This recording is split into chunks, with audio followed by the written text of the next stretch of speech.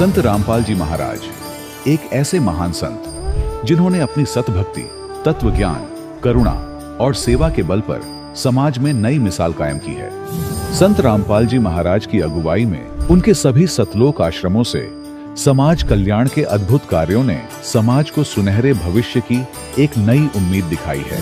संत रामपाल जी महाराज से नाम दीक्षा लेने के बाद लाखों लोगों की लाइलाज बीमारियां जैसे कैंसर, एड्स आदि ठीक हुई। संत जी के ज्ञान से प्रेरित होकर उनके अनुयायियों ने लाखों यूनिट रक्तदान किया। संत जी ने लाखों बहन बेटियों का दहेज मुक्त विवाह करवाया।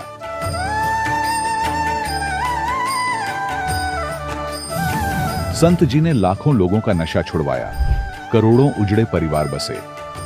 संत जी के आश्रमों में समागम के दौरान निःशुल्क नेत्र चिकित्सा, दंत चिकित्सा प्रदान की जाती है। संत रामपाल जी महाराज द्वारा समय समय पर पर्यावरण संरक्षण के उद्देश्य से बड़े स्तर पर वृक्षारोपण किया जाता है। संत जी ने जरूरतमंदों को तत्काल राहत पहुंचाने के लिए एम्बुलेंस सेवा शुरू की। संत जी अपने अनुयायियों को देहदान के लिए प्रेरित करते हैं, जिससे मानवता की सेवा और चिकित्सा क्षेत्र में सुधार हो सके। संत रामपाल जी महाराज के सभी आश्रमों में हर रोज निःशुल्क भंडारा आयोजित किया जाता है, जहां हर वर्ग, हर जाति और हर धर्म के लोग एक साथ बैठकर भोजन करते हैं।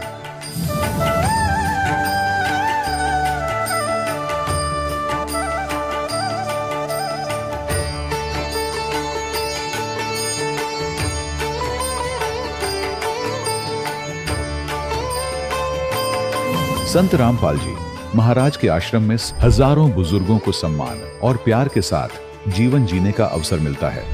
उनके खाने, रहने और स्वास्थ्य की पूरी जिम्मेदारी संत रामपाल जी महाराज उठाते हैं। अनाथ बच्चों के लिए संत रामपाल जी महाराज के सभी आश्रम किसी वरदान से कम नहीं। यहाँ उन्हें शिक्षा, संस्कार और भविष्य के लिए बेहतर अवसर प्रदान किए जाते हैं। चाहे बाढ़ हो, भूकंप या महामारी, संत रामपाल जी महाराज और उनके अनुयायी हमेशा ही जरूरतमंदों के लिए सबसे आगे खड़े रहते हैं। कोविड महामारी के दौरान संत रामपाल जी महाराज के आश्रमों से करोड़ों लोगों के लिए भोजन, दवाइयां और जीवन रक्षक सामग्रियां उपलब्ध कराई गई। चाहे गरीब की मदद हो या किसी शोषित और पीड़ित वर्ग के हक और सम्मान की लड़ाई, संत रामपाल जी महाराज ने हमेशा ही उनकी दबी आवाज को सरकारों तक पहुंचाया है और उन्हें उचित न्याय दिलवाने में अहम भूमिका अदा की है। समाज में आध्यात्मिक और सामाजिक मूल्यों के प्रति जागरूकता लाने में संत रामपाल जी महाराज हर कदम पर मानवता के सच्चे सेवक साबित हुए हैं। संत रामपाल जी महाराज का जीवन हमें सिखाता है कि सच्ची सेवा वही है जो निस्वार्थ भाव से की जाए। आइए हम भी इस महान सेवा के कार्य में इस महान संत से जुड़ें और संत रामपाल जी महाराज से नाम दीक्षा लेकर अपने जीवन को धन्य बनाएं।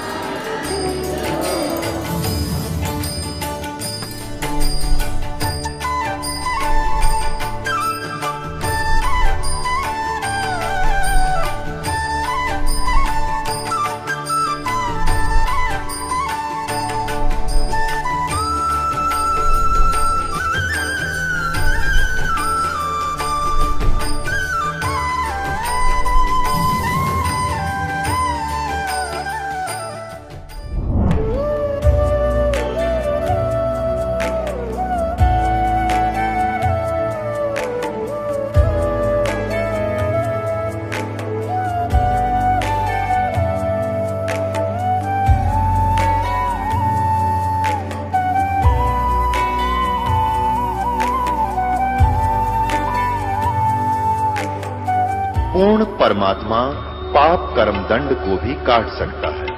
अभी तक जिस भी संत व महापुरुष से मिले, उन्होंने यही बताया कि पाप कर्म फल भोगने से ही समाप्त होगा। वो प्रभु कौन है जो पाप कर्म को काट देता है, वो काल के बंधन से छुड़वा देता है। उसका क्या नाम है, पूजा की विधि क्या है?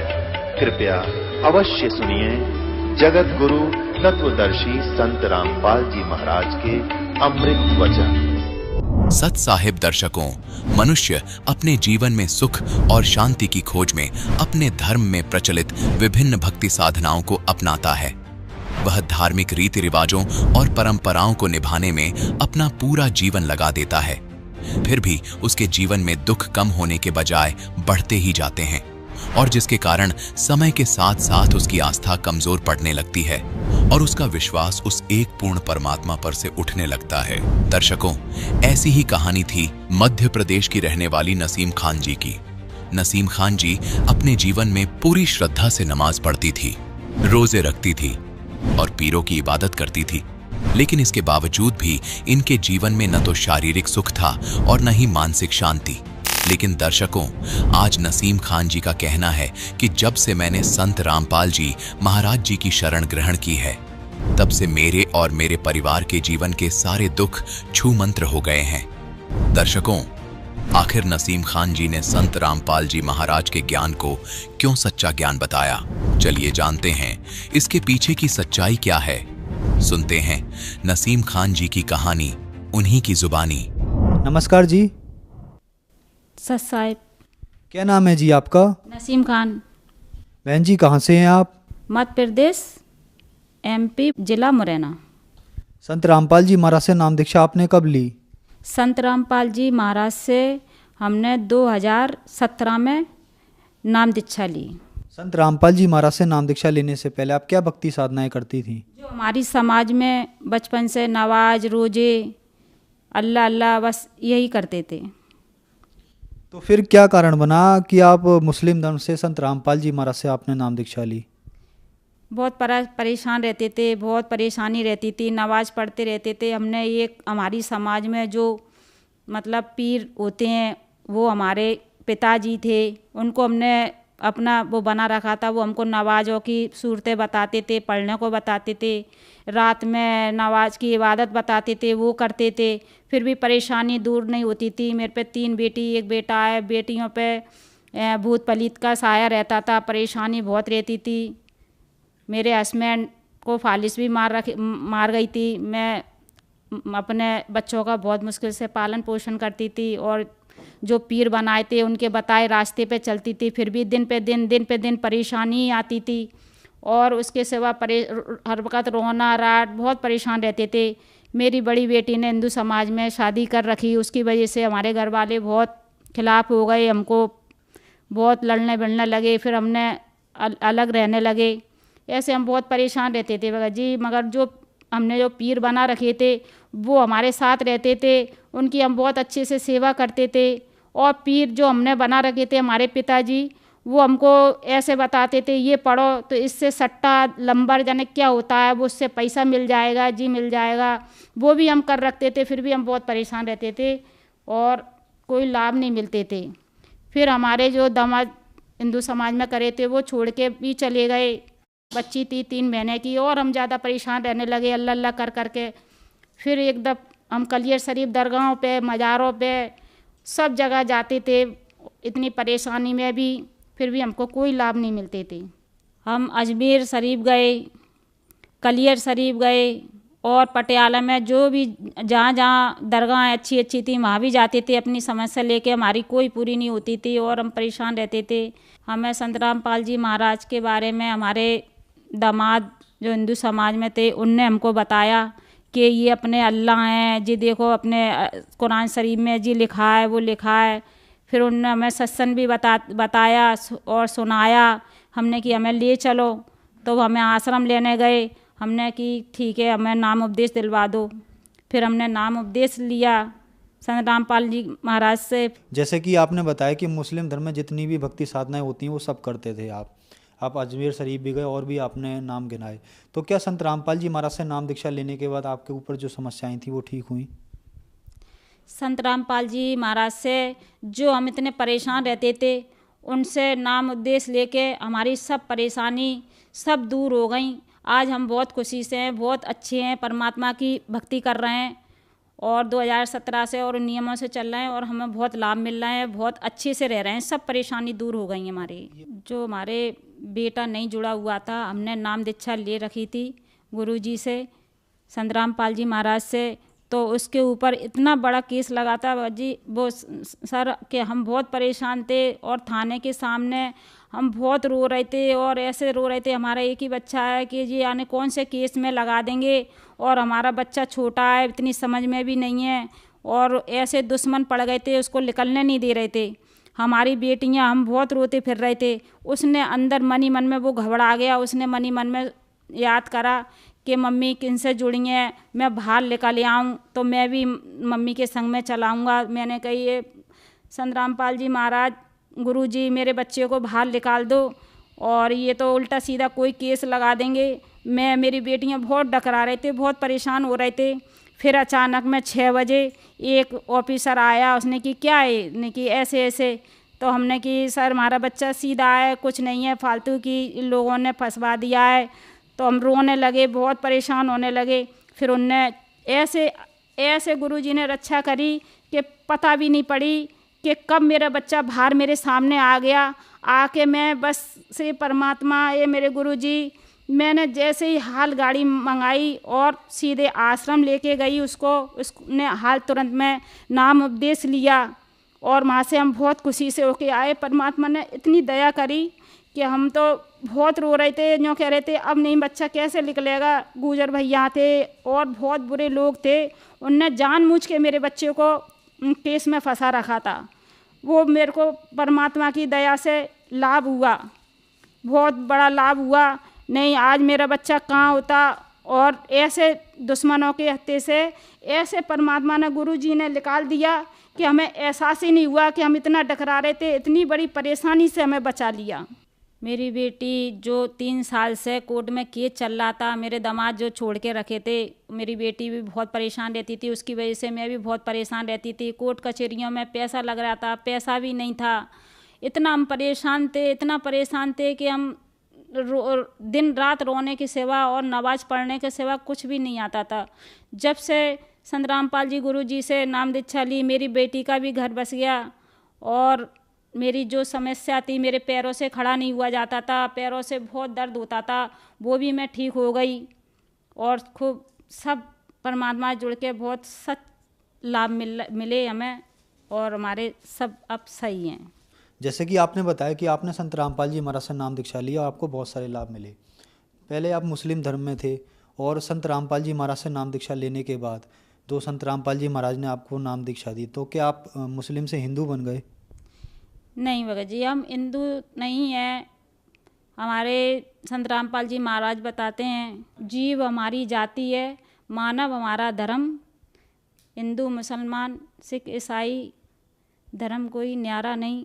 और हमें इससे कोई फ़र्क नहीं पड़ता है। हमें परमात्मा अल्लाह हमें मिल गए और हमें यही चाहिए, हमें कोई मतलब नहीं है। परिवार जो हमारे मुसलमान हैं, जो हमारे घर वाले हैं, वो हम पे विरोध करते हैं, हिंदू बन गई है, हिंदू बन गई है। हम कहते हैं हमें तो ठीक है, हम हिंदू बन गए हैं, पर हमें अल्लाह तो मिल रहे हैं। नमाज इतनी पढ़ ली, इतने हमने सब कुछ कर लिए हैं, इतनी परेशानी उठा ली, हमें कुछ अल्लाह नहीं मिले, हमें अब अल्लाह मिले। देखो कुरान शरीफ खोलो, हम खूब समझाते हैं मगर उनके समझ में नहीं आती है। संत रामपाल जी हमारे महाराज हमको हिंदू नहीं बनाते हैं। वो जो मुसलमान, जो कुरान शरीफ में लिखा है उसके हिसाब से हमें मुसलमान के धर्म से जो इबादत बताते हैं वही इबादत करते हैं हम, और ना वो हिंदू नहीं बनाते हैं। और जो मतलब कुरान शरीफ को खोल के साधना चैलान पे जो सत्संग बताते हैं वो देखो मुसलमान बहन भाई, तो वो ना हिंदू का कोई वो नहीं है, वो तो जो इबादत कुरान शरीफ में लिखी है उसी को बताते हैं। आज जो दर्शक टीवी पे आपको देख रहे हैं और वो भी मुस्लिम समाज से हैं, तो उनके लिए आप क्या कहना चाहेंगी? मैं उनसे यही कहती हूँ कि मुसलमान समाज से कि देखो अपने अल्लाह और जो कुरान शरीफ पढ़े हुए हैं उनको खोल के देखो। चैलान पे रामपाल गुरुजी का सत्संग आता है, उसको देखो तो आपके समझ में आ जाएगी। वो हिंदू नहीं बनाते हैं, जो अपना कुरान शरीफ कह रहा है वही से इबादत बताते हैं। मैं मुसलमान समाज से यही कहती हूँ, अपने अल्लाह आए हुए हैं उनको पहचानो और समझो और सही इबादत करो, जो इबादत करनी चाहिए, जो नहीं कि नवाज में और दरगाहों पे वहाँ जहाँ कुछ नहीं मिलेगा। मैं भी एक मुसलमान समाज से हूँ और आज मुझे सही इबादत मेरे संत रामपाल जी महाराज ने मुझे बताई हुई है, उससे मुझे काफ़ी लाभ मिले हैं कुरान शरीफ के अनुसार। ठीक है, कुरान शरीफ मेरी बेटियां भी पढ़ी हुई हैं, मैं भी पढ़ी हुई हूँ। आज मैं उसको पढ़ के मैंने देखा है, आप भी देखो और समझो तो आपके समझ में आ जाएगी। अपने अल्लाह कबीर साहब हैं, अपने 786 बार जो कुरान शरीफ में नाम दिया हुआ है, तो मुसलमान समाज कहती है कि हमारा 786 लक्खी है, तो उसको समझो तो कि वो लक्खी क्यों है। अपने अल्लाह का नाम कबीर साहब, कबीरन कबीरा खबीरा, जो कुरान में लिखा हुआ है उसको पहचानो कि यही अल्लाह हैं। जी तुमने अल्लाह अल्लाह अल्लाह अल्लाह कर रहे हो, उससे तुम्हें कोई लाभ नहीं मिल रहे हैं। जैसे कि हाल ही के कुछ वर्षों से देखा गया है कि संत रामपाल जी महाराज से मुस्लिम समाज है वो भी बहुत ज़्यादा संख्या में जुड़ रखा है, जैसे आपकी तरह। अगर कोई श्रद्धालु टीवी पे आपका इंटरव्यू सुनना है, अगर वो मुस्लिम धर्म से भी है, तो वो संत रामपाल जी महाराज से नाम दीक्षा कैसे ले सकता है? चैलान पे गुरु जी का सत्संग आता है, उसके नीचे पट्टी आती है, उसमें उनका नंबर लिखा है और उससे अपन नंबर से फ़ोन लगा के और पूछ सकते हैं। और जगह जगह पे संत रामपाल जी गुरु जी के नाम केंद्र बने हैं, वहाँ जाकर नाम उपदेश ले सकते हैं। धन्यवाद जी। दर्शकों, अभी आपने सुने संत रामपाल जी महाराज से दीक्षा प्राप्त करके सुखी हुए भक्त के अनुभव। अब देखिए जगत गुरु तत्वदर्शी संत रामपाल जी महाराज के मंगल प्रवचन। आप देख सकते हो जिन महापुरुषों को परमात्मा मिले उस समय, आज से 200 वर्ष पहले, 250 वर्ष पहले गरीबदास जी आए थे सन 1717 में, और संवत 1774 में उनका आविर्भाव हुआ था, जन्म हुआ था।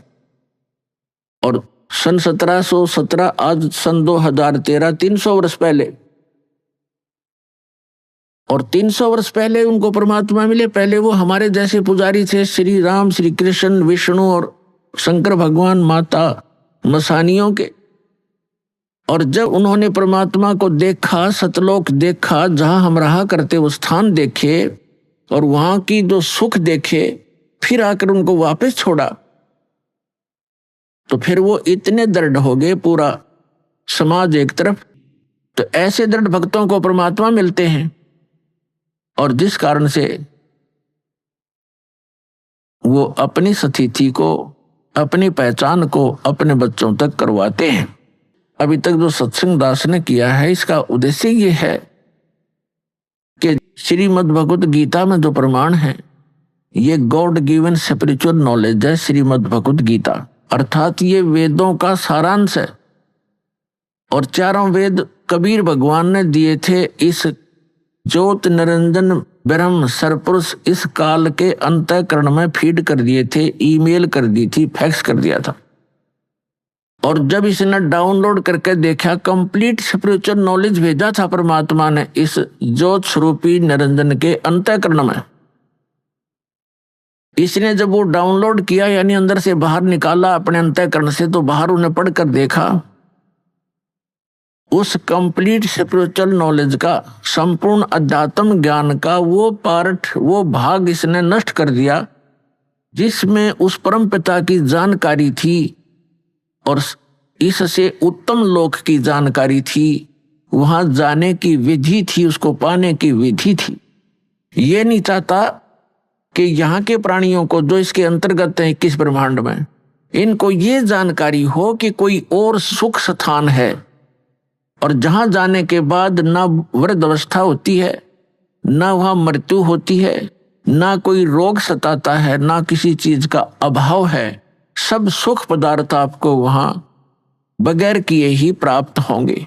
और पुण्यात्माओं, हमारी यहाँ चेष्टा प्रत्येक प्राणी की ये है कि हम काम ना करें, हम मेहनत परिश्रम कम करें और सुविधाएं सारी हों। इसलिए हम अपने बच्चों को पढ़ाते हैं, स्वयं भी पढ़ा करते थे कि हम बड़े अधिकारी बने और हम काम कुछ ना करें, घंटी बजाएं, नौकर आए और जो वस्तु चाहे वो खाएं, ऐसी तनख्वाह हो, कार हो, कोठी हो और सुविधाएं सारी हो। तो ये यहाँ नहीं हो सकती। यहाँ तो चाहे राष्ट्रपति बन जाए, उसने भी दिन में बहुत सी मीटिंग अटेंड करनी पड़ेगी, नहीं तो उसको जीने नहीं दे पब्लिक, उसकी व्यवस्था है। तो इसी प्रकार सतलोक में जाने के बाद वो सुख होगा जिसकी हम खोज यहाँ कर रहे हैं। वृद्धावस्था वहां नहीं है, वहां केवल युवा शरीर रहेगा।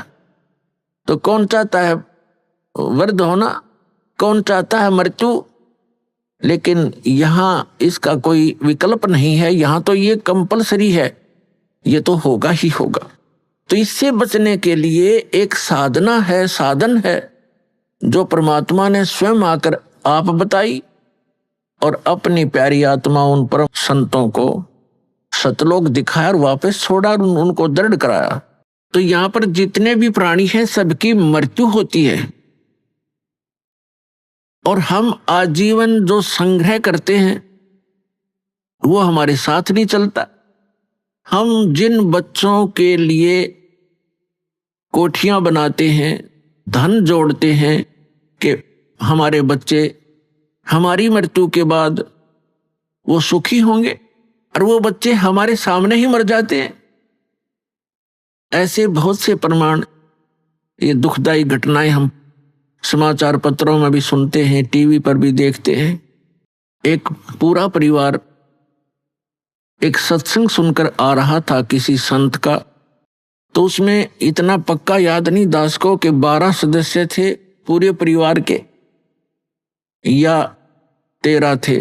उनमें से एक घर पे था और बाकी 11 या 12 सत्संग सुनने गए हुए थे, सत्संग सुनकर आ रहे थे, दुर्घटनाग्रस्त हो गए। पूरा का पूरा परिवार मारा गया, छोटे पोता पोतियां से लेकर बच्चों तक। एकला वृद्ध रह गया वो, जिसने सारी उम्र ये सोची थी घना धन इकट्ठा कर लूं, मेरे बच्चे सुखी होंगे, हम तो चलो मर जाएंगे, मेरे पोता पोती तो सुखी होंगे। पोता पोती पहले चले गए। तो यहां काल ने आपको धोखे में रखा हुआ। फिर दूसरा कारण यह है कि संत की शरण में सत्संग सुनते हैं प्राणी, तो उनको ऐसी आपदाओं का सामना नहीं करना पड़ता। तो वो संत और सत्संग और उसकी साधना में कोई त्रुटि है जिस कारण से प्रोटेक्शन नहीं होता। और दूसरा कारण ये होता है कि संत भी सही हो, साधना भी ठीक हो, लेकिन अपने में कोई त्रुटि हो, हम नियमों का पालन ना कर रहे हो, उससे क्या होता है, फिर नाम खंडित हो जाता है। उस कारण से भी प्राणी साधक होते हुए हानि उठा लेता है, क्योंकि उसका प्रोटेक्शन समाप्त हो जाता है। जो पावर कनेक्शन उसको मिला हुआ था वो न मिलने से वो पावर वाला काम बंद हो जाता है, उसको सारी सुविधाएं बंद हो जाती हैं। जैसे आपका बिजली का कनेक्शन कट जाता है तो ना पंखा चले, ना एसी चले, ना कूलर काम करे, ना कोई पंप चले, ना कोई हैंड पंप चले, यानी सब सुविधाएं बंद हो जाती। इस प्रकार परम संत हो, साधना शास्त्र अनुकूल हो और साधक मर्यादा में रहे, फिर ये आपदा नहीं आया करती। पूर्ण परमात्मा सत्य पुरुष की साधना करने वाले साधक पर ये आपदाएं नहीं आ सकती।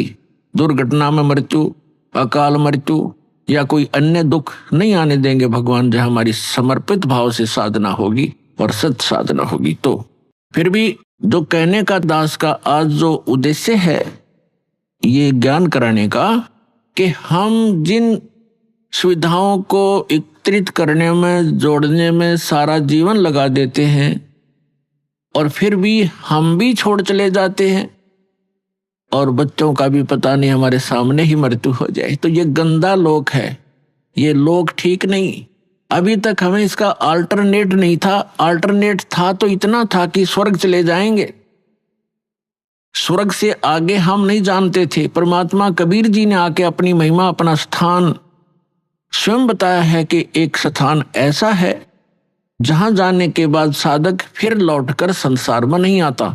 ये परमात्मा ने आके बताया 600 वर्ष पहले, और उसके बाद भी उस परमात्मा के सूक्ष्म वेद में वर्णित ये ज्ञान है जो परमेश्वर ने, कबीर जी ने स्वयं अपने मुख से बोला, जिसको कबीर वाणी कहते हैं, जिसको सच्चिदानंद घन ब्रह्म की वाणी कहा है।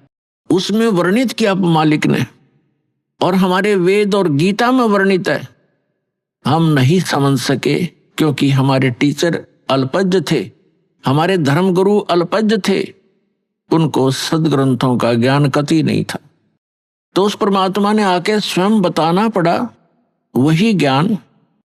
जिन महापुरुषों को परमात्मा मिले उन्होंने भी यही ज्ञान कराया, लेकिन उसको हम समझ नहीं सके, जिस कारण से अभी तक परमात्मा के आने से पहले तक हमें केवल स्वर्ग से आगे कोई बताने वाला नहीं था। और अब पता चला इन सदग्रंथों से और परमेश्वर के सूक्ष्म वेद से और जिन महापुरुषों को परमात्मा मिले उनकी अमृतवाणी से कि स्वर्ग में गए हुए प्राणी भी जन्म मृत्यु में ही रहते हैं। और जिनको हम इष्ट रूप में पूजा करते थे, श्री विष्णु जी, श्री शंकर जी, ब्रह्मा जी को तो हम पूजते नहीं थे, लेकिन आदर की दृष्टि से अवश्य देखते थे। इन तीनों का नाम हम टिप्स पर रखते थे, ब्रह्मा विष्णु महेश। ये स्वयं नासवान है जिनको हम इष्ट मानकर पूजते थे। तो जिस नासवान इष्ट की हम पूजा करेंगे तो क्या होगा, हम उसके लोक में चले जाएंगे। ये सामीप्य मुक्ति प्राप्त होती है, यानी अपने इष्ट के लोक में उनके समीप रहा करेंगे। तो जब हमारे इष्ट ही मरेंगे, उनकी भी मृत्यु होगी, तो फिर वो तो जन्म मृत्यु फिर बनी रही, तो स्थायी स्थान नहीं हुआ वो। तो जो आज प्रसंग है कि जिस लोक में हम रह रहे हैं ये लोक अच्छा नहीं है, और हमें केवल स्वर्ग तक का ही ज्ञान हमारे धर्म गुरुओं ने कराया। परमेश्वर ने आकर अपनी अमृतवाणी में ये ज्ञान दिया कि एक और लोक है जहां आप सदा सुखी रहोगे, आपका जरा मरण नहीं होगा। जरा माने वृद्धावस्था, मरण माने मृत्यु। लेकिन वो ज्ञान हमारे गले उतरा नहीं, क्योंकि हम अपने धर्म गुरुओं पर, विशेषकर हिंदू धर्म के में जन्मे हम प्राणी, अपने धर्म गुरुओं पर पूर्ण विश्वास किया करते थे कि ये संस्कृत के मास्टर हैं और सभी सदग्रंथ संस्कृत भाषा में लिपिबद्ध हैं। हमारे को कभी अविश्वास नहीं हुआ, इसलिए हमने परमात्मा के दिए हुए उस ज्ञान पर कभी ध्यान नहीं दिया। और साथ में ये भी हमारे एक इंजेक्शन लगा दिया करते कि कबीर जी तो अशिक्षित थे, उन्होंने संस्कृत पढ़ी नहीं, क्योंकि संस्कृत केवल ब्राह्मण ही पढ़ा करते थे। और कई ब्राह्मणों के पास गए, उनको संस्कृत नहीं पढ़ाई, इसलिए वो उठपटांग भाषा बनाकर गाते थे। ऐसी सोच थी हमारे इन ऋषि महर्षियों की, वो परमात्मा को समझ नहीं सके। और उस परमेश्वर की वाणी में ये पहले लिपिबद्ध था, जो हमारे सदग्रंथ भी बताते हैं। क्योंकि परमात्मा ने जो ज्ञान दिया वो अपने द्वारा रची हुई सृष्टि का और सारे विधान स्वयं बनाया हुआ था, वो अपनी सिंपल लैंग्वेज में बोल दिया। अब जो प्रसंग चल रहा है कि उस परमात्मा ने भी बताया था कि एक सतलोक है जहां जाने के बाद, जहां जन्म मृत्यु नहीं होती, जहां वृद्धावस्था नहीं है, वहां किसी चीज का अभाव नहीं है, वहां सब सदाबहार वृक्ष हैं, सदाबहार सब मेवा हैं और दूधों की नदियां बहती हैं। वहां पर अमृत के सरोवर भरे हुए हैं, मीठे जल के समुद्र भरे हुए, हीरे पन्ने ज्वारातों के वहां पहाड़ हैं, जो यहाँ पर मिट्टी और पत्थर के पहाड़ हैं, झरने बहते हैं, वहां वर्षा होती है, बगैर बादल के फुहार चल पड़ती है, सुंदर शरीर है आपका, कभी वृद्धावस्था नहीं होती, मृत्यु नहीं होती, वहां आपका परिवार होगा। जैसे धीरे धीरे यहाँ एक, पहले हम अकेले थे, विवाह हुआ जब 2 हो गए, बच्चे हुए जब 5-4 और हो गए, और फिर धीरे धीरे पोते पर पोते हो गए, तो हमारा कितना अच्छा परिवार और कैसा दिल लग रहा है। और 1 मिनट में ना जाने पोता मर जा, पोती मर जा, बेटा मर जा, बेटी मर जा, स्वयं की टिकट कट जा, तो खा के ये स्थान, तो वो स्थान है जहां पर हम कभी मरेंगे नहीं। हमारा परिवार होगा, सारी सुविधाएं होंगी, मनोमयी विमान होंगे आपके, यहाँ तक साइकिल नहीं जुड़ता सारा दिन। और वहां पर ऐसा सुविधा है कि आप चाहोगे आपके सामने विमान खड़ा होगा, और जहां जाओगे बैठ के परिवार, कहीं बहुत बड़े बड़े पार्क हैं, बड़े सुंदर स्थान हैं, तो वो स्थान है जो भगवान ने स्वयं आकर बताया। और इसी का परम समर्थन हमारे सदग्रंथों ने दिया। जैसे गीता ज्ञानदाता ये सरपुरुष है, श्रीमद् भगवत गीता अध्याय नंबर 15 के श्लोक नंबर 16 और 17 में 3 पुरुष हैं। पुरुष माने प्रभु, स्वामी, मालिक, ब्रह्म कहो, पुरुष कहो, भगवान कहो, राम कहो, साहेब कहो। ये 3 पुरुष बताए, एक सरपुरुष, एक अक्षर पुरुष। और 15वें अध्याय के गीता के 15वें अध्याय के 17वें श्लोक में सरपुरुष और अक्षर पुरुष से कोई और बताया जो श्रेष्ठ भगवान है, पुरुषोत्तम है। उत्तम पुरुष है तू अन्य परमात्मा इति उदाहरते। जिसको परमात्मा कहा जाता है वास्तव में वो पुरुष तो इन दोनों से, सरपुरुष और अक्षर पुरुष से कोई अन्य है। और वही तीनों लोकों में प्रवेश करके सबका धारण पोषण करता है। ये 3 पुरुष है, 3 प्रभु हैं। सरपुरुष इसको ब्रह्म बोलते हैं, हमारे ऋषि मुनि इसको ब्रह्म कहा करते हैं। और संतों ने इसको सरपुरुष, सरब्रह्म, ज्योत निरंजन, काल की संज्ञा दी है परमेश्वर कबीर जी ने। और उन्हीं से परिचित महापुरुषों ने भी यही उनको बताया। तो दूसरा अक्षर पुरुष है, इसको दूसरे शब्दों में परब्रह्म भी कहते हैं, अक्षर ब्रह्म भी कहते हैं। तो सरपुरुष है जिसको ब्रह्म कहते हैं, जो काल है, वो केवल 21 ब्रह्मांड का प्रभु है, स्वामी है, मालिक है, राम है, खुदा है, अल्लाह है, साहिब है। वो कंप्लीट गॉड नहीं है, केवल 21 ब्रह्मांड का स्वामी है। एक ब्रह्मांड के अंदर पृथ्वी लोक, पाताल लोक, स्वर्ग लोक और नीचे के तल, रसातल आदि ये, और ऊपर के जैसे विष्णु जी का लोक, शिव जी का लोक, ब्रह्मा जी का लोक, धर्मराय का लोक, और ऊपर जो ब्रह्मलोक के अंदर डिवीजन है कई, उसमें भी भाग हैं। तो वो सारे मिला के एक ब्रह्मांड में एक ब्रह्मलोक भी है, एक मानसरोवर भी है। तो ये सारा मिला करके एक ब्रह्मांड है। ऐसे ऐसे 21 ब्रह्मांड है सरपुरुष के, काल के, जिसके लोक में हम रह रहे। ये इतना ही प्रभु है, इतना ही स्वामी है। और दूसरा अक्षर पुरुष है। गीता अध्याय नंबर 15 के श्लोक नंबर 16 में 2 पुरुष हैं। अक्षर का अर्थ होता है जिसका नाश ना होता हो, अविनाशी। लेकिन ये अविनाशी लगता है लेकिन अविनाशी नहीं है। अक्षर पुरुष भी अविनाशी नहीं है, लेकिन इसको कहा गया है अविनाशी अक्षर पुरुष। इसलिए 15वें अध्याय के 17वें श्लोक में कहा है कि उत्तम पुरुष है तू अन्य परमात्मा इति उदाहरते। उत्तम पुरुष, श्रेष्ठ पुरुष तो इन दोनों से, सरपुरुष और अक्षर पुरुष से कोई और है। और जिसको परमात्मा, परमात्मा माने श्रेष्ठ आत्मा, वो पुरुषोत्तम तो कोई और है इन दोनों से। जिसको परमात्मा यानी श्रेष्ठ आत्मा, परमात्मा का सीधा सा अर्थ होता है जो केवल सुख दे, दुख ना दे। जो दुख दे वो परमात्मा कैसे रह गया, श्रेष्ठ आत्मा कैसे हो गया? तो हमने डेफिनेशन का भी नहीं पता था आज तक उस गॉड की जिसकी हम पूजा करने जा चले थे और पूजा कर रहे थे। तो हम ऐसे ही धूल अंधेरे में घूम रहे थे, जंगल में भटका रखे थे, हमें कोई रास्ता नहीं था। तो इसमें लिखा फिर ये लोग तटरम अविश्य विवर्ती अवय ईश्वर है, जो तीनों लोकों में प्रवेश करके सबका धारण पोषण करता है, वो है अविनाशी परमात्मा, अवय ईश्वर है, वो है अविनाशी। ऊपर वाले को अक्षर पुरुष को भी अक्षर का अर्थ वैसे अविनाशी होता है, लेकिन ये रिजेक्ट कर दिया यहाँ पर कि इन दोनों से अन्य है जो वास्तव में अविनाशी है। अभी सारी डिटेल को समझाएंगे आज के सत्संग में। पहले जो प्रसंग चल रहा था कि वो परमात्मा ही आकर स्वयं ज्ञान देता है, और उसने आकर के हमें बताया कि इससे हटकर कोई और स्थान है जहां आप पहले रहा करते थे, और अपनी गलती के कारण आप बालकपन करके आप यहां आ गए, गंदे लोक में फंस गए।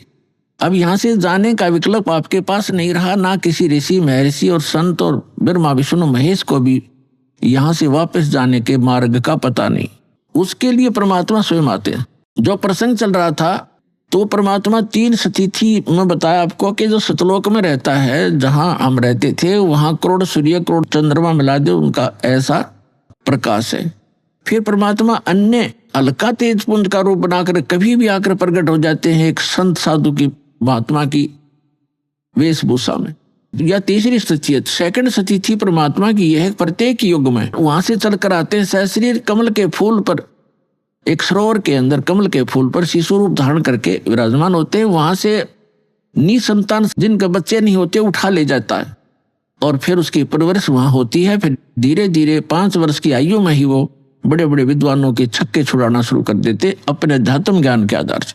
हम फिर आते हैं गीता अध्याय नंबर 15 के श्लोक नंबर 16 और 17 पे, क्योंकि प्रसंग चला है कि एक परमात्मा ने भी आकर बताया और इन सदग्रंथों में भी प्रमाण है कि कोई ऐसा स्थान है जहां जाने के बाद साधक फिर लौटकर संसार में कभी नहीं आते, वह स्थायी स्थान पाते हैं। और जब तक हम इस काल के लोक में हैं, कितनी साधना कर लें, उस सत्य पुरुष के बताए उस सत्य ज्ञान के आधार से जब तक सत्य साधना नहीं करेंगे तो हमारी जन्म मृत्यु सदा बनी रहेगी। उसके लिए परमात्मा से परिचित संत आदरणीय गरीबदास साहिब जी कहते हैं कि आगे गए ना बावड़े रहते भी सब जाही, बिन साहेब की बंदगी कहीं ठोर ठिकाना नहीं। कहते हैं कि आगे चले गए वो तो वापस आए नहीं आपको कुछ बतावें कि हमारे साथ क्या बना, और जो शेष बचे हैं वो भी चले जाएंगे। यहाँ किसी उस सत्य साधना वो पूर्ण परमात्मा की भक्ति के बिना कहीं ठोर ठिकाना नहीं। जैसे आज आप चाहे प्रधानमंत्री बने हो किसी देश के और मृत्यु होगी, कोई पुण्य किया है उसके आधार से आप स्वर्ग जाओगे इस जीवन में, तो स्वर्ग के अंदर अपनी पूंजी को समाप्त होते ही आपकी ऐसी मृत्यु होगी जैसे यहां हो गई। तो यहां से चलो, फिर स्वर्ग में पुण्य समाप्त होते ही वहां से चलो, फिर नरक में अपना पाप भोगोगे, वहां कष्ट उठाओगे। जब वो समय पूरा होता है होते ही फिर कहेंगे चलो, वहां भी नहीं रख सकते। उसके बाद फिर गधा बनोगे, गधे का जीवन पूरा करते ही फिर चलो, फिर कुत्ता बनो, कुत्ते का जीवन पूरा होते फिर चलो मरो, और फिर मनुष्य बन गए फिर मरो, फिर वहां जाओ स्वर्ग में फिर चलो, खा के ये जीवन। तो ये चलो चलो मिटेगी सतलोक में जाने से।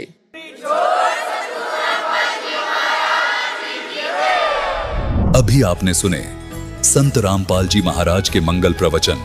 आइए अब सुनते हैं संत रामपाल जी महाराज से नाम दीक्षा लेकर सतभक्ति करके अद्भुत लाभ प्राप्त करने वाले अनुयायी के विचार। दर्शकों, सोचिए, यदि कोई मनुष्य अपने जीवन में कठिन तपस्या करता हो और धार्मिक अनुष्ठानों में लीन रहता हो, वह व्रत उपवास करता हो, तीर्थ यात्राएं करता हो और विभिन्न देवी देवताओं की आराधना में अपना समय और श्रम समर्पित करता हो, लेकिन फिर भी उसके जीवन में न उसे आत्मिक शांति मिले और न ही सच्चे सुख की अनुभूति हो, तो फिर आखिर में वह मानसिक रूप से परेशान हो जाता है। दर्शकों, आज हम आपको ऐसी ही एक कहानी सुनाने जा रहे हैं जो महाराष्ट्र की रहने वाली रंजना दासी जी की है। रंजना जी ने बचपन से ही भक्ति में रुचि ली और मंदिरों आश्रमों में जाकर साधनाएं भी की, लेकिन इतनी भक्ति साधना करने के बाद भी इनका जीवन कठिनाइयों से भरा रहा। लेकिन दर्शकों, आज रंजना जी का कहना है कि जब से मैंने संत रामपाल जी महाराज से नाम दीक्षा ली है, तब से मेरा जीवन पूर्णतः बदल गया है। मेरी व मेरे परिवार की 22 सालों से चल रही प्रेत बाधा की समस्या भी दूर हो गई है और अब मैं शास्त्रों के अनुसार भक्ति कर रही हूँ तथा अब मैं और मेरा परिवार सच्चे सुख की प्राप्ति कर रहा है। दर्शकों, आखिर ऐसा क्या हुआ जो रंजना जी ने अपने धर्म में बताई गई भक्ति साधना को शास्त्र विरुद्ध बताया और संत रामपाल जी महाराज द्वारा बताई गई साधना को शास्त्रों के अनुसार बताया है? आखिर इसके पीछे की सच्चाई क्या है? आइए सुनते हैं रंजना जी की कहानी, उन्हीं की जुबानी। जी नमस्कार। नमस्कार। क्या नाम है जी आपका? रंजना पुसतकर। रंजना जी कहाँ से आए आप? मैं नागपुर महाराष्ट्र से। रंजना जी, संत रामपाल जी महाराज जी से नाम दीक्षा लेने से पहले आप क्या भक्ति साधना करते थे? मैं जो हिंदू धर्म के अंदर देवी देवताओं की भक्ति करते हैं वो सारी कुछ करती थी। उसके अलावा संतोषी माते का व्रत रखती थी 16 शुक्रवार वाला। और हमारे महाराष्ट्र के अंदर शेगांव के इसमें संत गजानन महाराज है, उनकी मैं भक्ति अपने तन मन धन से करती थी। उनकी बावन्नी किए बगैर मैं सोती नहीं थी और उनकी बावन्नी करे बगैर मैं, यानी जगने के बाद सबसे पहले उनकी बावन्नी करके ही दिन की शुरुआत होती थी मेरी। और शिव जी की पूजा करती थी श्रावण महीने में, उनको बेल चढ़ाना। ये नवरात्र के दिन में दुर्गा देवी की भक्ति करती थी। और बाकी सारे ये तीज त्यौहार जो भी आते थे वो सारे कुछ मैं करती थी। रंजना जी, जैसा कि आपने बताया कि हिंदू धर्म में जो पारंपरिक पूजाएं हैं वो सभी प्रकार की पूजाएं आप कर रहे थे, तो फिर हम आपसे ये जानना चाहेंगे कि जब आप ये सभी प्रकार की पूजा कर ही रहे थे तो फिर आपको संत रामपाल जी महाराज जी के शरण में जाने की क्या जरूरत आन पड़ी? जी, भगवान का दिया हुआ सब कुछ था, पर मुझे मानसिक शांति नहीं थी, क्योंकि हमारे घर में 22 साल से पुरानी प्रेत बाधा थी मेरे पति को। वो प्रेत बाधा पूरे परिवार को यानी बहुत सताती थी। उनको खुद को भी उसकी तकलीफ़ होती थी और हम लोगों को भी वो तकलीफ़ देते थे।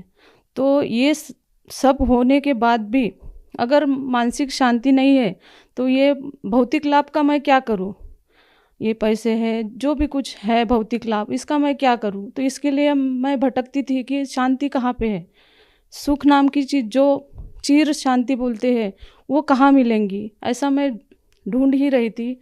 तो एक दिन हमारे यहाँ एक आंटी आई, तो उन्होंने मेरी पूजा पाठ भक्ति देख के उन्होंने बताया कि आप इतनी भक्ति करते हो पर आपने गुरु धारण नहीं कर रखा, तो गुरु बगैर तो भक्ति सफल नहीं है, ऐसा उनका कहना था। मैं बोली ठीक है, गुरु भी करेंगे। तो गुरु मेरे पति जो है 2012 में संत राजेश्वराचार्य करके है अमरावती ज़िले में, तो उनके यहाँ आया जाया करते थे। ये मुझे बताते थे कि वो ऐसे संत है, वो ऐसी समाधि लगाते हैं, समाधि 4-4 घंटे तक की उनकी समाधि चलती है, ना वो पलके झपकते हैं ना हाथ पैर हिलाते हैं, बताते थे मुझे, पर मुझे यानी विश्वास नहीं था। फिर एक दिन ये मुझे लेके गए, फिर मैंने भी उनकी देखी, वो सट्टे के ये नंबर बताते थे, किसी के साथ अनहोनी जो होने वाली थी वो पहले ही बताते थे कि ऐसा ऐसा होने वाला है, किसी का कुछ ऐसा उन्होंने किया था। तो फिर मैं 2013 में उनके शरण में गई, उनसे नाम दीक्षा ली और उनसे भक्ति करी। भक्ति करने के बाद बोलते हैं कि गुरु को या जो भी अपन भक्ति करते हैं तो दान सबसे अहम है, तो मैंने वहाँ पे दान भी दिया। वहाँ पे 4 एकड़ ज़मीन मैंने दान में दी, फिर भी मुझे जो लाभ चाहिए था वो लाभ मिला नहीं। ना मेरे बेटे की तकलीफ़ दूर हुई, ना मेरे पति की तकलीफ़ दूर हुई। वो भक्ति करते करते फिर 2013 में ऐसा ये हुआ कि उनके साथ एक्सीडेंट हो गया। एक्सीडेंट में वो ड्राइवर एक साइड गिरे और वो झाड़ियों में जाके वो स्वयं गिरे, तो उनको टीचर्स लगे, कुछ समय वो बेहोश रहे। जब मुझे पता चला कि स्वामी जी की ऐसी हालत हो गई, तब मुझे याद आया कि स्वामी जी बोलते थे कि आप अभी मत निकलो। जब हम निकलते थे आश्रम से तो बोलते थे कि अभी मत निकलो, थोड़ी देर बाद जाना, अभी समय अच्छा नहीं है। तो वो हमें बताते थे कि समय अच्छा नहीं है, फिर उनको क्यों नहीं पता चला कि उनका समय सही नहीं है अभी। तो ये सब मैंने यानी पता चलने के बाद मैं बोली अपन तो गुरु के सहारे इतना कुछ ये करते हैं कि सारा गुरु संभालेंगे, और गुरु की अगर यह हालत है तो शिष्य की क्या हालत होगी। फिर मैं टीवी देखते देखते संत रामपाल जी का सत्संग देखा। सत्संग में संत रामपाल जी बता रहे थे कि पूर्ण गुरु की पहचान क्या है, पूर्ण गुरु कौन सी भक्ति देते हैं, पूर्ण गुरु से की हुई भक्ति से क्या लाभ मिलते हैं, ये उस दिन बता रहे थे गुरुजी। तो मैंने वो सत्संग 1 महीने तक के देखा। फिर सत्संग देखने के बाद मैं अपना बेटा, बेटी और मेरे पति तीनों को बताया कि अपन जो भक्ति कर रहे हैं वो भक्ति मार्ग अपना सही नहीं है, करके अपने को सुख नहीं मिल रहे। तो मेरा बेटा 10 साल का था, तो 10 साल का बेटा मेरा बोलने लगा कि हाँ माँ ये सही होगा, तभी तो दुख है। 10 साल के बेटे को क्या समझ में आता है, पर वो अपनी ज़ुबान से बोला कि हाँ मम्मी ये सही है, अपनी भक्ति जो है वो गलत हो सकती है, करके ही दुख विश्व में है, ये उसने बोला। फिर बाद में हमने 1 जनवरी 2016 को मैं, मेरे दोनों बेटे और मेरे पति चारों ने नामदान लिया। रंजना जी, जैसे कि आपने बताया कि आपने संत रामपाल जी महाराज जी से नाम दीक्षा ली, तो हम आपसे ये जानना चाहेंगे कि जब आपने संत रामपाल जी महाराज जी से नाम दीक्षा ली, आपके जीवन की जो प्रॉब्लम थी, जो समस्याएं आपको थी, क्या नाम दीक्षा लेने के बाद उन समस्याओं से आपको छुटकारा मिला? मुझे दोनों जो तकलीफ थी, मैं मानसिक भी परेशान थी और बेटे की वजह से वो शारीरिक परेशानी भी उसको थी। ये दोनों परेशानी से मैं पहले प्रथम नाम जब मैंने लिया तो 4 महीने के अंदर मेरे बेटी की जो तकलीफ थी वो बिना गोली, बिना इंजेक्शन, बिना ऑपरेशन की दूर हुई।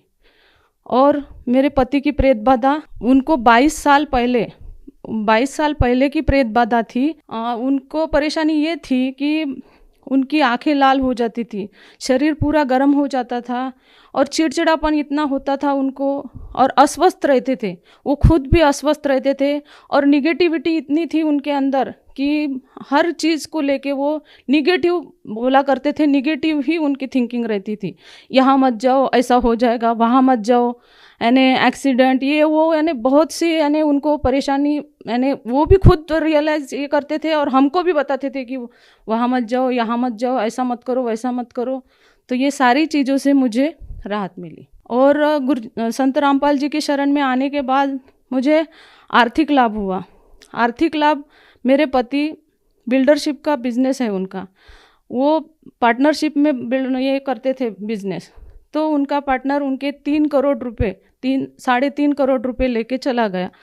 बाद में मेरे पति के पास कोई चारा नहीं था, पर मैंने उनको राहत दी कि अपन पूर्ण संत के शरण में हैं, समर्थ के शरण में रहने के बाद अपने को सोचने की ज़रूरत नहीं गिरेगी। फिर गुरुजी ने, संत रामपाल जी ने ऐसी दया करी कि 2 साल पहले मेरे पति ने 10 एकड़ में, कोरोना काल में 10 एकड़ में लेआउट डलवाया। तो भगत जी वो लेआउट जब डलवाया तो बोल रहे थे कि अपन इसका इनॉग्रेशन करेंगे, ऐसे ऐसे लोगों को बुलाएंगे, तब जाके अपना लेआउट ये होगा, बुक होगा। मैं बोली नहीं, ऐसा नहीं करेंगे, ऐसा गुरुजी मना करते हैं। तो वो 10 एकड़ का लेआउट ऐसे यूं ही घर बैठे फ़ोन पे 10 एकड़ का लेआउट बुक हुआ। तो उससे 3 करोड़ तो वो पार्टनर लेके गया, तो कई गुना ज़्यादा पर संत रामपाल जी ने मुझे उसमें लाभ दिया, 10 एकड़ वाले लेआउट में ये लाभ हुआ। उसके बाद जब से मेरी शादी हुई थी तब से हम खेती देख रहे थे। तो खेती ऐसी, यानी जहाँ जाओ तो कहीं पानी नहीं था, तो कोई रोड नहीं था, तो कभी छूट यानी कम थी। पर जब संत रामपाल जी महाराज के शरण में मैं 2016 में आई और 2017 में मुझे इतनी अच्छी ज़मीन मिली, जो कि 20 लाख रुपए एकड़ की ज़मीन थी। वो हमें एक बंदा आके घर में बोलता है कि भाई ये 14 लाख रुपए एकड़ में देने वाला है वो, पर उनको एक साथ कैश चाहिए, तो ये सौदा आप रख लो। तो ये मुझे विशेष लाभ हुआ। वो जगह ऐसी है कि रोड टच है, 12 महीने वहाँ पे पानी है और 12 महीने आप उसमें खेती किसानी कर सकते हो। तो इतना ढूंढने के बाद 10-12 साल में मुझे जो चीज़ नहीं मिली वो 1 साल में संत रामपाल जी के शरण में आने के बाद मिली। ये मुझे लाभ हुआ संत रामपाल जी के शरण में आने के बाद। दूसरा एक लाभ, मैं एक दिन बाहर गई हुई थी, हमारे घर में कारपेंटर का काम चालू था, तो मुझे ऐसे लगा कि मेरे ससुर घर पे रहेंगे। तो मैंने अपने अलमारी में कुछ जेवरात, कुछ पैसे लॉक करके बाहर निकल गई थी। कारपेंटर ने काम करे और मेरे ससुर जी लॉक करके निकल गए। सामने वाला लॉक उन्होंने किया और बीच वाला जो दरवाज़ा था उसको लॉक नहीं करे। बारिश हो रही थी, हमारे घर के सामने आम का पेड़ है, तो वहाँ पे 2 लड़के खड़े हुए। वो 2 बंदे पेड़ के नीचे खड़े थे, बारिश आ रही थी, तो उन्होंने सोचा कि गेट खुला है तो क्यों ना पोर्च में जाके खड़े हो जाए। वो पोर्च में आके खड़े हो गए। फिर बाद में उन्होंने सोचा कि अंदर देखते कुछ मिल जाए, तो उन्होंने अंदर प्रवेश किया। एक ने अंदर प्रवेश किया और दूसरे को बोला कि आप आगे से देखते रहना, कोई आ ना जाए। तो फिर वो बंदा चैनल गेट से मेरे घर में अंदर प्रवेश किया। अंदर प्रवेश करने के बाद उसने सारी चीज़ें ढूंढ डाली, जो मेरी अलमारी खुली थी वो पूरी ढूंढ डाली, उसमें उसको कुछ भी नहीं मिला। जो अलमारी लॉक करके रखी थी उसी अलमारी के बाजू में संत रामपाल जी की गुरु गोविंद वाली फ़ोटो, जहाँ पे मैं दंडवत करती हूँ, वो रखी थी। और उसने देखा कि यहाँ पे अलमारी लॉक है, पर उसकी बाजू वाले औजार पे नज़र नहीं गई, हालांकि पूरे औजार वहीं पे थे। थोड़ी सी अगर वो एक ये उठा के हथौड़ा मारता ना तो उसको पूरी चीज़ें मिल जाती थी। पर संत रामपाल जी की दया से वो पूरा का पूरा जैसे कि वैसा पाया मैंने, पूरा गोल्ड, पूरे पैसे घर में आने के बाद जैसे कि वैसे पाए। फिर बाद में जो एक बंदा बाहर खड़ा था वो आगे वाले दुकान में जाके बता रहा कि इनके घर में चोर घुस गए। तो वो दुकान वाले ने मेरे ससुर जी को फ़ोन किया कि आप घर लॉक करके गए, आपके घर में चोर घुसे हैं। फिर जाके उन्होंने वो चोर को पकड़ा। पकड़ने के बाद सिर्फ उसके जेब में एक पेन ड्राइव मिली, बाकी कुछ नहीं मिला। फिर मेरे ससुर मेरे को फ़ोन करते हैं कि बेटा तू लॉक करके गई थी तो उसमें क्या है। मैं बोली क्योंकि मुझे पता था कि इसके पहले भी चोरी हो चुकी, कुछ नहीं बचता था। मैं बोली गया होगा सो गया होगा, जो बचा होगा वो अपना होगा। मैं ऐसा करके उनका फ़ोन रख दिया। फिर बाद में जब मैं घर पे आई तब मैंने देखा कि मेरा जो का त्यो जहाँ रखा था वो वही के वही पाया मैंने। ये मेरे से संत रामपाल जी के शरण में आने के बाद लाभ हुए। मेरे पति को शराब, जुआ, ये खर्रा, ये सारी चीज़ों की ये थी, लत लगी थी। वो छोड़ना चाहते थे। उन्होंने कितने तो भी संकल्प किए, शनिदेव का संकल्प किया, बजरंग बली का संकल्प किया, पर उनका ये व्यसन छूटा नहीं। वो भी त्रस्त थे, यह व्यसन से वो त्रस्त थे पर छूट नहीं पा रहा था। कुछ दिन के लिए वो त्याग सकते थे पर आजन्म के लिए वो छोड़ नहीं सकते थे। बाद में संत रामपाल जी के शरण में आने के बाद उनको ऐसे मंत्र दिए गए कि जो मंत्र से उनकी ये सारी चीज़ें छूटी, और वो ये सारी चीज़ें छूटने के बाद वो भी सुखी हो गए और मेरा परिवार भी सुखी हो गए। रंजना जी, जैसे कि आपने बताया कि संत रामपाल जी महाराज जी से नाम दीक्षा लेने के बाद आपको अनेकों लाभ मिले। हम आपसे ये जानना चाहेंगे, भक्ति आप पहले भी करते थे लेकिन उन भक्ति को करने से आपको कोई लाभ नहीं मिला, तो आपको संत रामपाल जी महाराज जी से नाम दीक्षा लेने के बाद कैसे लाभ मिलने लगे? क्या कारण मानते हैं आप? संत रामपाल जी सद्भक्ति देते हैं, शास्त्र प्रमाणित भक्ति देते हैं, पूर्ण भक्ति देते हैं, सद्भक्ति, शास्त्र प्रमाणित, शास्त्र विधिवत भक्ति देते हैं, करके लाभ होते हैं। बाकी संत ये भक्ति नहीं बताते। पहले जो गुरु बनाए थे मैंने, वो शास्त्र विधि त्याग कर मनमाना आचरण बता रहे थे, जो कि गीता जी में सख्त मना कर रखा है। शास्त्र विधि त्याग कर जो मनमाना आचरण करते हैं, ना तो उनकी भक्ति सफल होती है, ना उन्हें कोई सुख मिलते हैं। तो ये वो भक्ति बताते थे जो शास्त्र विरुद्ध है, और संत रामपाल जी शास्त्र संगत भक्ति बताते हैं, इसलिए हमें ये लाभ मिले। रंजना जी, संत रामपाल जी महाराज जी के बारे में ये कहा जाता है कि वो देव देवताओं की भक्ति छुड़वाते हैं। क्या संत रामपाल जी महाराज देव देवताओं की भक्ति छुड़वाते हैं? जी नहीं, संत रामपाल जी महाराज शास्त्र संगत भक्ति बताते हैं। जो शास्त्र में बताई भक्ति है वो करवाते हैं। पहले जो भक्ति करती थी वो शास्त्र विधि के अनुसार नहीं थी, वो विरुद्ध थी। इसलिए संत रामपाल जी देवी देवताओं को नहीं छुड़वा रहे, उनकी सही तरीके से भक्ति बता रहे हैं।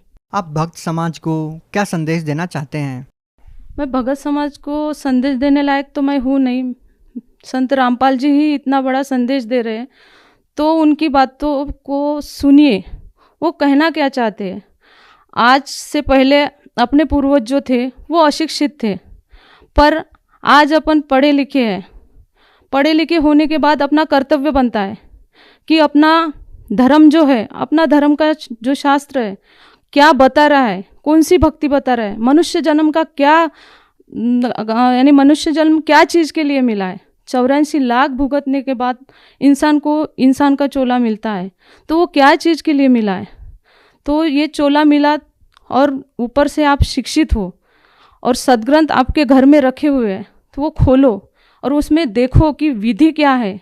मैं शुरू से पारंपरिक भक्ति करती थी, तीनों देवी देवताओं की भक्ति करती थी, संतोषी माता का व्रत करती थी, गजानन महाराज का उपवास, व्रत, तप सारा कुछ करती थी। पोथी पढ़े बगैर मेरा गुरुवार का दिन नहीं जाता था।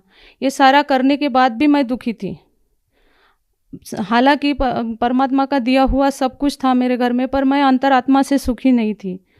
पर संत रामपाल जी के शरण में आने के बाद आज मैं आंतरिक भी सुखी हूँ, बाह्य रूप से भी सुखी हूँ, और सारे कोई लाभ मुझे संत रामपाल जी के शरण में आने के बाद, उनकी सद्भक्ति करने के बाद मुझे मिले हैं। तो मेरा कहना यही है कि आप इनके शरण में आओ, इनसे नाम दीक्षा लो और अपना मनुष्य जन्म का कल्याण कराओ। जो व्यक्ति संत रामपाल जी महाराज जी से नाम दीक्षा लेना चाहते हैं वो उनसे नाम दीक्षा कैसे प्राप्त कर सकते हैं? संत रामपाल जी के सत्संग चलते हैं, अनेकों चैनलों पे उनके सत्संग चलते हैं। उनके नीचे पट्टी चलती है, उस पर फ़ोन नंबर डिस्प्ले होते हैं। वो फ़ोन नंबर पे आप फ़ोन करके पूछोगे तो अपने ज़िले के अंदर नामदान स्थल है, वो नामदान स्थल का पता आपको मिलेगा। वहाँ से आप निःशुल्क नाम दीक्षा ले सकते हो। ऑनलाइन अगर आपको ऑनलाइन से अगर गुरुजी का ज्ञान सुनना है तो ट्विटर, यूट्यूब, फेसबुक इस पे जाके भी आप उनका सत्संग सुन सकते हो। नीचे दिए गए फ़ोन नंबर पे आप फ़ोन करके आप अपने ज़िले के अंदर निःशुल्क नाम दीक्षा ले सकते हो। जी धन्यवाद। धन्यवाद। संत रामपाल जी महाराज एक ऐसे महान संत जिन्होंने अपनी सतभक्ति, तत्व ज्ञान, करुणा और सेवा के बल पर समाज में नई मिसाल कायम की है। संत रामपाल जी महाराज की अगुवाई में उनके सभी सतलोक आश्रमों से समाज कल्याण के अद्भुत कार्यों ने समाज को सुनहरे भविष्य की एक नई उम्मीद दिखाई है। संत रामपाल जी महाराज से नाम दीक्षा लेने के बाद लाखों लोगों की लाइलाज बीमारियां जैसे कैंसर, एड्स आदि ठीक हुई। संत जी के ज्ञान से प्रेरित होकर उनके अनुयायियों ने लाखों यूनिट रक्तदान किया। संत जी ने लाखों बहन बेटियों का दहेज मुक्त विवाह करवाया।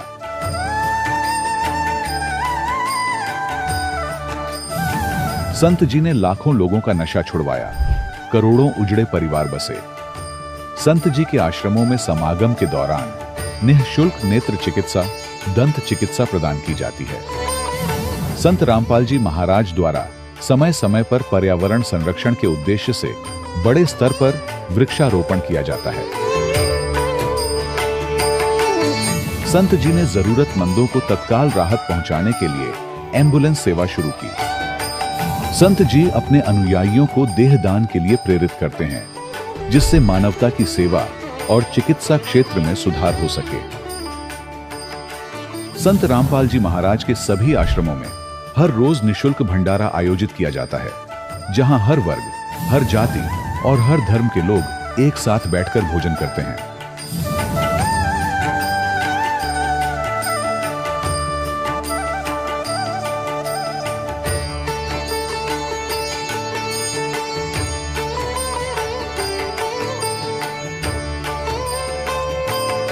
संत रामपाल जी महाराज के आश्रम में हजारों बुजुर्गों को सम्मान और प्यार के साथ जीवन जीने का अवसर मिलता है। उनके खाने, रहने और स्वास्थ्य की पूरी जिम्मेदारी संत रामपाल जी महाराज उठाते हैं। अनाथ बच्चों के लिए संत रामपाल जी महाराज के सभी आश्रम किसी वरदान से कम नहीं। यहाँ उन्हें शिक्षा, संस्कार और भविष्य के लिए बेहतर अवसर प्रदान किए जाते हैं। चाहे बाढ़ हो, भूकंप या महामारी, संत रामपाल जी महाराज और उनके अनुयायी हमेशा ही जरूरतमंदों के लिए सबसे आगे खड़े रहते हैं। कोविड महामारी के दौरान संत रामपाल जी महाराज के आश्रमों से करोड़ों लोगों के लिए भोजन, दवाइयां और जीवन रक्षक सामग्रियां उपलब्ध कराई गई। चाहे गरीब की मदद हो या किसी शोषित और पीड़ित वर्ग के हक और सम्मान की लड़ाई, संत रामपाल जी महाराज ने हमेशा ही उनकी दबी आवाज को सरकारों तक पहुंचाया है और उन्हें उचित न्याय दिलवाने में अहम भूमिका अदा की है। समाज में आध्यात्मिक और सामाजिक मूल्यों के प्रति जागरूकता लाने में संत रामपाल जी महाराज हर कदम पर मानवता के सच्चे सेवक साबित हुए हैं। संत रामपाल जी महाराज का जीवन हमें सिखाता है कि सच्ची सेवा वही है जो निस्वार्थ भाव से की जाए। आइए हम भी इस महान सेवा के कार्य में इस महान संत से जुड़ें और संत रामपाल जी महाराज से नाम दीक्षा लेकर अपने जीवन को धन्य बनाएं।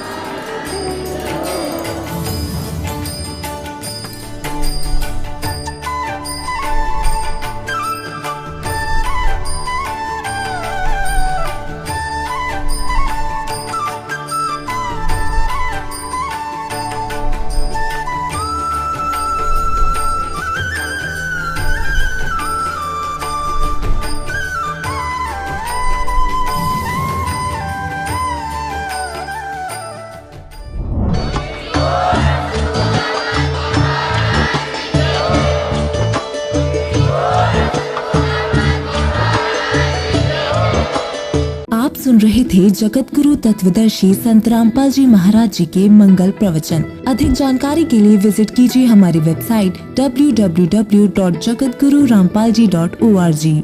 संत रामपाल जी महाराज जी के शुभ आशीर्वाद से पूरे विश्व भर में 500 से भी ज्यादा नाम दीक्षा केंद्र हैं, जिन पर संत रामपाल जी महाराज जी द्वारा ऑनलाइन निशुल्क नाम दीक्षा दी जा रही है। अपने नजदीकी नाम दीक्षा केंद्र का पता करने के लिए संपर्क करें 8222880541।